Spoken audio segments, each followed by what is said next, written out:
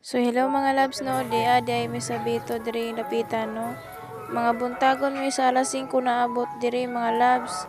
Among biyahe diri napitan mga labs, mga halin mi alas 10 pagkadto alas 5 pagkabuntagon. Ainan lagi nga pagkakapuya ginoon magbiyahe ginoon pila ka oras, 10 ka oras antes na abot diri sa Sagay. So pag-abot na mo diring dapita, nangapi mi dayon kapag kagutuman naman mga labs. Hamakon mo na nagbiyahe mi sa Iltre ay 22 kami ka buok nya maramig mga tinapasulod. Ingnan nga walay gimok-gimok among mga til na miring na mo. So diring dapita mga labs no nag-music ni diri ang susulod sa simbahan no kay mao man ang oras nga inog isakripisyo dira sulod.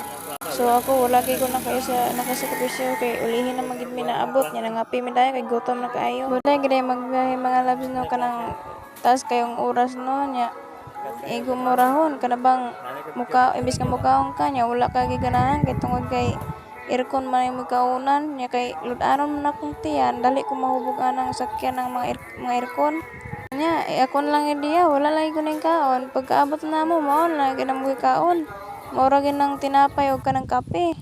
So tungod kay alas 6 naman ni diri dapita mga labs no manugsugod na naman ning simba so nag-CR po ko ani so nagulat-hulat na lang mi og kanusa pa mo sugod ang kaning first mass sa simba.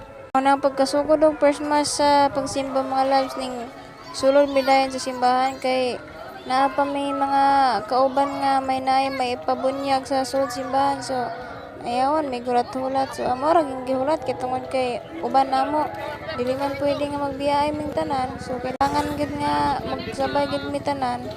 So diri kita mga labs magsugod na diri may panimba.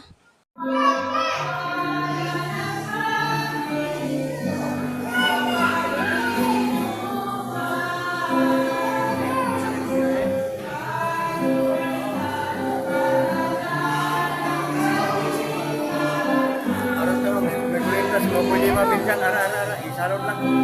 Hindi, isarot mo lang. Ano kulintas? Ano kulintas?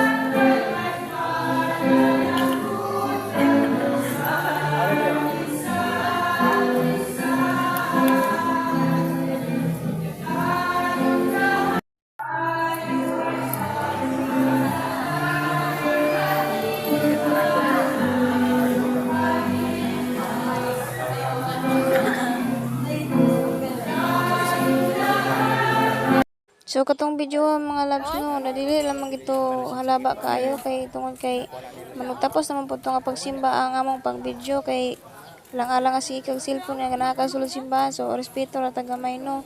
Mo nang katapusan no mi nag-video. So diri na po dapita mga labs no mo. Lagaw mi dito sa unahan sa punta sa bye-bye kay gahulat pa mi ani sa among mga kauban so problema ni kaya kung uban mangayo magpagkaon to wala man tay kwartang dako. Mayo na lang kay dili bata atong kauban kay og bata ta mapilitan pod. May gani kay makaintindi ra nga akong kauban. Tipid-tipid pud ta ni.